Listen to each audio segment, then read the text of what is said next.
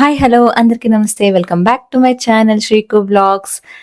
Last vlog వరకు మీరు చూసారు కదా మా నాన్న రిటైర్మెంట్ సిరీస్. ఇది లాస్ట్ వీడియో అండ్ మాకు చాలా స్పెషల్ సర్ప్రైజ్ చేశాం మా నాన్నని. ఇంట్లో అయితే నిజంగా ఇంత సర్ప్రైజ్ ప్లాన్ చేయలేము. తనకున్న ఆతృతకి అస్సలు వచ్చి చూసేస్తాడనమాట. అంతసేపు ఓపిక కూర్చోలేడు ఒక చోట. అందుకనే మేము ఈ డెకరేషన్ అంతా ఇంట్లో ప్లాన్ చేయలేదు. ఫస్ట్ అయితే ఇంట్లోనే చేద్దాం అనుకున్నాం, కానీ కుదరదు, అది అస్సలు అవ్వని పని మా నాన్నతో అని చెప్పి ఒక మినీ థియేటర్ అయితే బుక్ చేసుకున్నాము. ఇలా ఉంటుంది అన్నది కూడా పాపం వీళ్ళిద్దరికీ తెలియదు, మా నాన్నకి అమ్మకి. సో వాళ్ళిద్దరికి సర్ప్రైజ్ ఉంటుంది. ఎందుకంటే రిటైర్మెంట్ అంటే మా నాన్న ఎంత కష్టపడ్డాడో వెనక మా అమ్మ కూడా అలాగే కష్టపడింది. కాబట్టి ఇప్పుడు వాళ్ళిద్దరికి ఒక రిలాక్సేషన్ టైంలా ఉండాలి అని చెప్పి ఇలా ఇంటి నుండి కొంచెం దగ్గరలోనే ఒక మినీ థియేటర్ ఉంటే బుక్ చేశాము. ఫస్ట్ టైం వాళ్ళు ఇంత గ్రాండ్ గా ఏదైనా సెలబ్రేషన్స్ చేసుకుంటున్నది. బర్త్డేస్ కానీ యానివర్సరీస్ కానీ మేము ఎంత చేసినా కూడా ఇంతవరకు అయితే మేము ఎప్పుడు చేయలేదు. ఇంత గ్రాండ్ గా చేసినా కూడా వాళ్ళు ఎందుకు ఇంత డబ్బు ఖర్చు పెడతారు అని అనుకుంటూ ఉంటారు. ఇప్పుడు కూడా అంతే. ఫస్ట్ మా నాన్నని అడిగితే అదే అన్నాడు, ఎందుకు ఇంత మనీకి వేస్ట్ చేస్తారు మీరు అని. సో అలా ఉంటుంది. వాళ్ళు మనల్ని వదలరు అనమాట, ఛాన్స్ ఇవ్వరు చేయడానికి ఏది.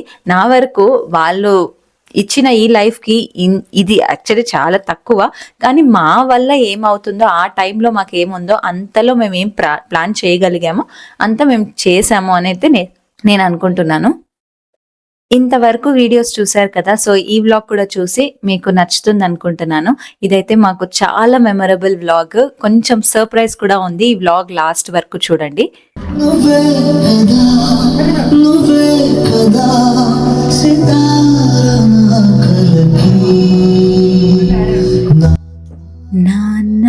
నువ్వు నా ప్రాణం మనిన సరిపోదట మాట, నాన్నా నీకై ప్రాణం ఇవ్వన ఇదిగో ఇది నా మాట.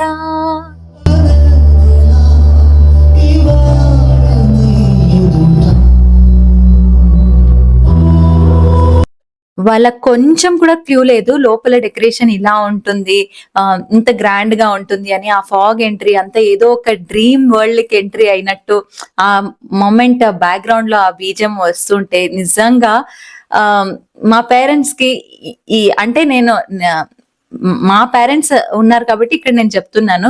ఎవరి పేరెంట్స్ అంటే వాళ్ళకి గొప్ప కదా. సో ఎప్పుడే గానీ మన పేరెంట్స్ కి మనము ఎంత చేసినా కూడా వాళ్ళకి తక్కువే. ఎందుకంటే వాళ్ళు ఇచ్చిన లైఫ్ ముందర వాళ్ళు మహా అయితే మనం కొంచెం టైం ఇవ్వగలము, కొంచెం మనీ స్పెండ్ చేయగలము, అంతకన్నా మనం ఏం చేయగలం వాళ్ళ కోసం కదా. సో వాళ్ళకి అదే హ్యాపీనెస్, మన టైం ఇవ్వడమే వాళ్ళకి హ్యాపీనెస్. సో మనకి ఎంత శక్తిని దేవుడు ఇస్తాడో అది కొంచెం వాళ్ళ కోసం కూడా మనం స్పెండ్ చేయాలి అనుకుంటాను నేనైతే. ఈ ఛానల్ ని ఎక్కువగా చూసేది 20 to 40 years లోపల వాళ్ళు మాత్రమే. సో అందుకనే అడుగుతున్నాను మిమ్మల్ని, మీ ఇంట్లో మీ చిన్నప్పుడు మీ పేరెంట్స్ ఎక్కడ పిలుచుకొని వెళ్ళేవాళ్ళు? మహా అయితే ట్రిప్ కి, తిరుపతికో, ఇంకా మీ ఇంటి దేవుడి దర్శనంకో, కొంచెం డబ్బులు ఎక్కువ ఉన్నాయి అంటే షిరిడీకో. ఇంతే కదా మన లైఫ్ లో మన చిన్నప్పుడు ట్రిప్స్ అంటే ఇవే మనకి. లేకపోతే అమ్మమ్మ నాన్నమ్మ ఇండ్లకి, అంతే మాకు తెలిసిన ట్రిప్స్. ఇప్పుడు పేరెంట్స్ కి అలా కాదు.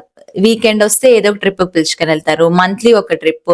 ఇంకొంచెం డబ్బులు ఉన్న వాళ్ళైతే 6 months కి 1 year కి అవుట్ ఆఫ్ ఇండియానే వెళ్ళడానికి ప్లాన్ చేస్తూ ఉంటారు.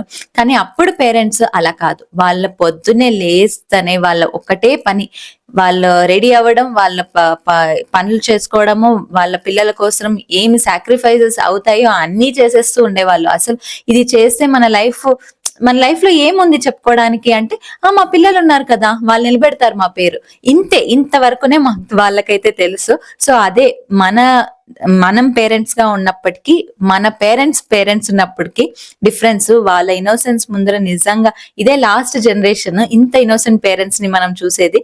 తర్వాత ఇప్పుడంతా మనకు తెలుసు కదా మనం ఎలాంటి వాళ్ళని. మనకు తెలుసు కదా ఇప్పుడు ప్రపంచం ఎంత పెద్దగా ఉంది, ఎన్ని విశేషాలు ఉన్నాయి ప్రపంచంలో అని. అప్పుడు వాళ్ళు చూడలేనివి ఇప్పుడు మనం చూపిస్తే అది చాలు వాళ్ళకి మనం ఇచ్చేది. మేమైతే అలాగే అనుకుంటాము. మేము ఎక్కడికి వెళ్ళినా కూడా వాళ్ళని పిలుచుకొని వెళ్ళడానికి ప్రయత్నిస్తాము. కొన్ని ప్లేసెస్ కి అయితే వాళ్ళు నిజంగా అంటారు, మేమెందుకు, మీరు వెళ్ళి రండి అని. అదంతా కుదరదు, మీరు కూడా రావాల్సిందే, మీరు కూడా చూడాల్సిందే. చూడని ప్లేస్ అయితే మేము వెళ్ళాం కదా, మీరు కూడా చూడకూడని ప్లేస్ అయితే సో మీరు రావచ్చు, మాతో ఎంజాయ్ చేయాలి చేయొచ్చు అన్నట్టుగానే మేము పిలుచుకొని వెళ్తాము. ఇక్కడ బ్యాక్గ్రౌండ్ మ్యూజిక్ యాడ్ చేసి ఉంటే ఫీల్ చాలా బాగుండేది. కాకపోతే మాకు కాపీ రైట్స్ వస్తాయి కదా యూట్యూబ్ నుండి, ఇంకా వీడియోనే డిలీట్ చేయాల్సి వస్తుంది. అందుకని నేను చాలా జాగ్రత్తగా బ్యాక్గ్రౌండ్ మ్యూజిక్స్ కట్ చేస్తూ ఉన్నాను.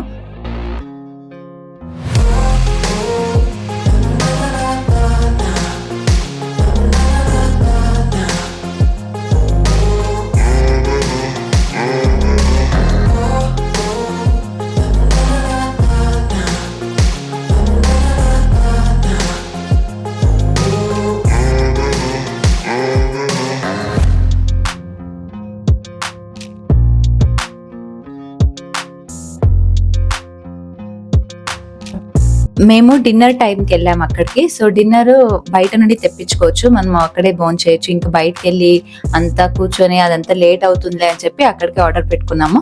ఇంకా డిన్నర్ చేసేసి ప్రశాంతంగా ఇంకా లాస్ట్ సెగ్మెంట్ ఉంది. ఇది ఎలా రియాక్ట్ అవుతారా అని నాకు లోపల ఒకలా అనిపిస్తుంది అనమాట.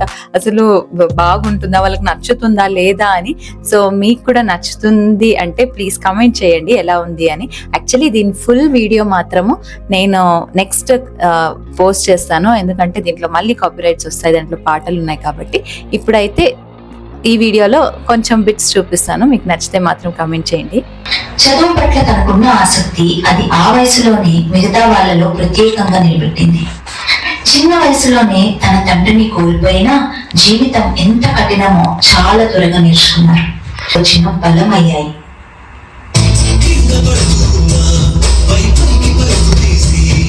ఆనందంతో ప్రారంభమైంది. ఒక పెద్ద కుటుంబంలో చిన్న కూతురిగా అందరి ముద్దుల బిడ్డగా పెరిగింది.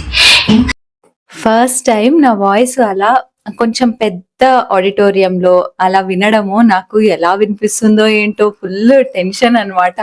నాకు మెయిన్ గా అది వాళ్ళ మెమరబుల్ ఈవెంట్ కదా, దాన్ని స్పాయిల్ చేయకూడదు, వాళ్ళకి నచ్చాలి అది వీడియో. ఎందుకంటే కేవలం 2 రోజుల్లో చేశాను, అసలు టైమే లేదు.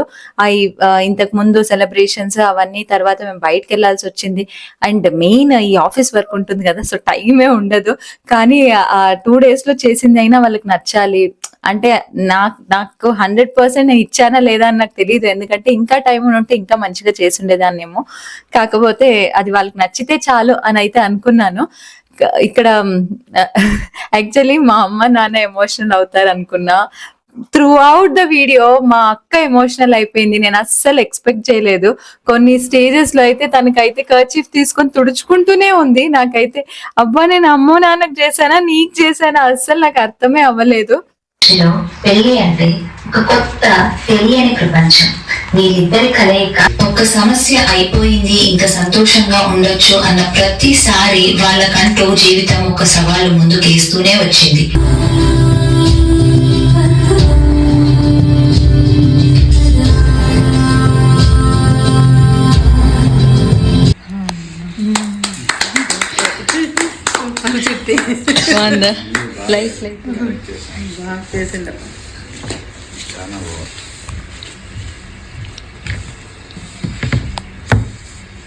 మొత్తం మా లైఫ్ అంతా పెట్టేసింటాం.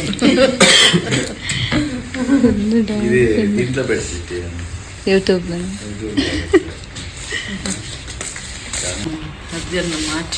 బాగుంది, బాగా నీట్గా ఎక్స్ప్లెయిన్ చేసింది.